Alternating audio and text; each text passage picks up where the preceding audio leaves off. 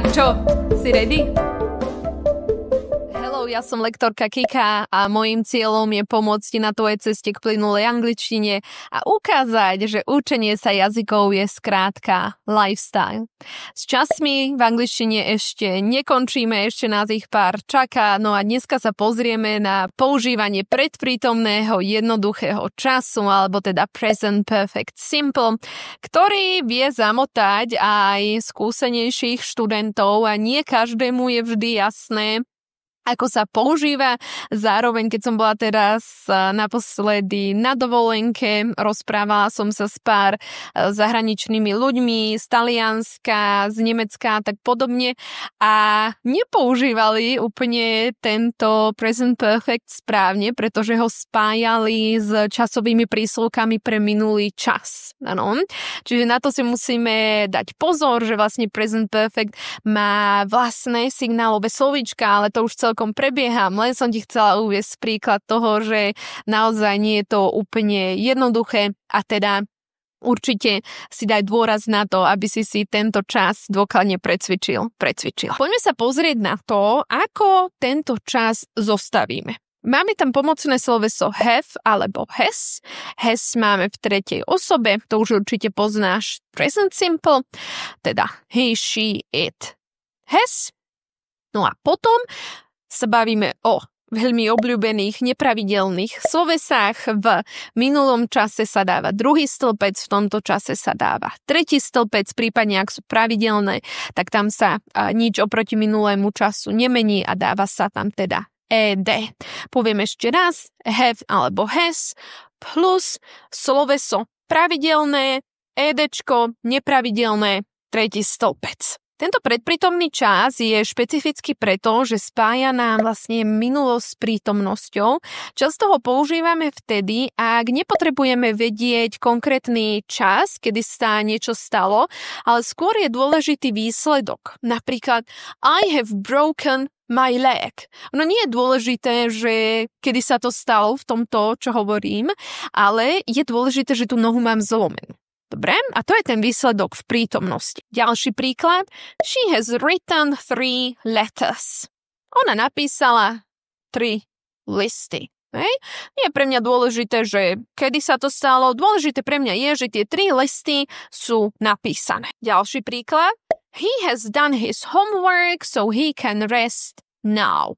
On si už spravil domácu úlohu, no a výsledkom toho je, že vlastne si môže teraz odpočinúť. Nie je dôležité, kedy presne tú úlohu spravil.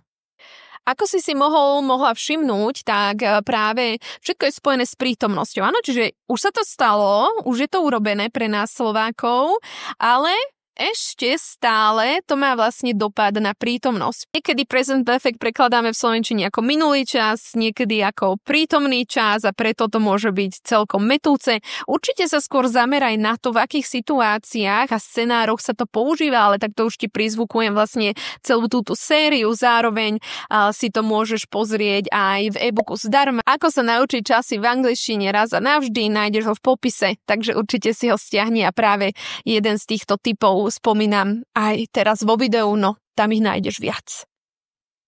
Poďme sa pozrieť na ďalšie scenáre, kedy by sme mohli tento present perfect použiť.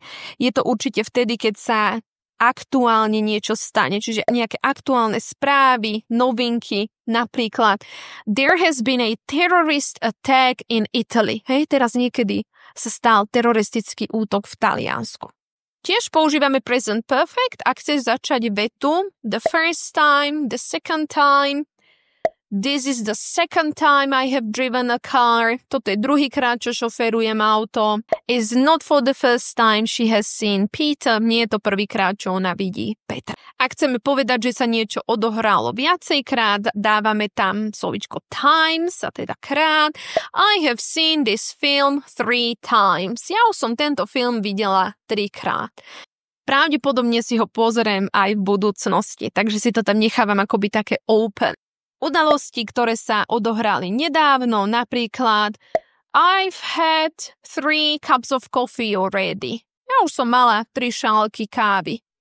Dneska. We have just received an invitation. Práve sme dostali pozvanie. Hej, pár sekúnd dozadu sme dostali pozvánku na nejakú udalosť. Tiež ho môžeme použiť s predložkou for, ak chceme povedať, že nejaká udalosť trvá už niekoľko mesiacov, rokov. Napríklad I have had this pen for 15 years now. Toto pero mám už 15 rokov. We have been friends for 5 years. My už sme kamaráti 5 rokov. Začalo v minulosti, pokračuje doteraz a pravdepodobne aj budeme stále kamaráti. Čiže znova tam máme takú peknú líniu. Od minulosti prechádzame do prítomného času a teda predprítomný čas stal sa pred prítomnosťou, stále trvá. S výrazom since sa tiež spája present perfect. Pozor na písanie a čítanie, pretože sa to často študentom mýli so slovíčkom science, ok? To som počula nespočetne veľakrát, čiže ešte raz toto slovíčko, alebo tuto niekde bude since. Since používame vtedy, keď niečo trvá od nejakej doby. Častokrát to býva aj na značkách. Since 1994, od 94. už vlastne táto značka funguje. Prípadne niečo ako John hasn't played tennis since last summer and he misses it. John nehral tenis od minulého leta a chýba mu to. They have lived in this house since 2016. Oni bývajú v tomto dome už od roku 2016. Medzi signálové slovíčka, ktoré som už spomínala na začiatku a spájajú sa nám s present perfectom, patria napríklad lately, currently, recently, patria napríklad teda toto since, for, so far, just, already, yet. Poďme sa ešte pozrieť na tvorbu záporu. Zápor je veľmi jednoduchý, pretože oproti oznamovacej vete, ktorú sme si skladali na začiatku, tam pridáš len not.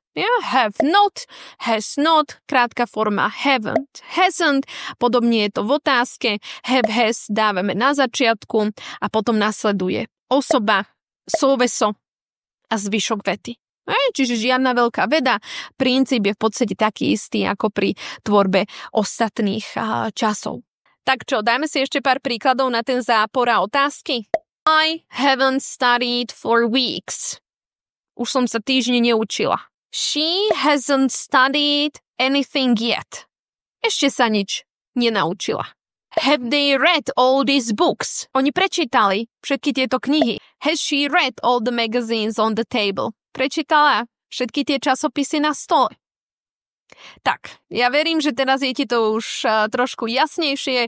Ak aj nie, neboj sa, je to beh na dlhú tráť a aj ostrielaní angličtinári, ako som spomínala, spravia chybu práve v tomto čase. Dávaj si pozor práve na tie signálové slovíčka.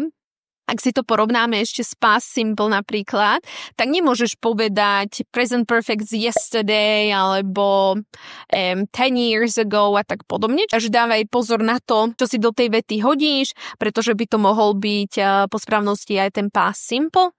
Ak máš nejaké nejasnosti, určite mi napíš do komentáru, ja ti veľmi rada odpoviem a pomôžem. A teraz už zostáva len si to všetko znova precvičiť. Maj pekný deň a my sa vidíme pri ďalšom videu. Bye bye.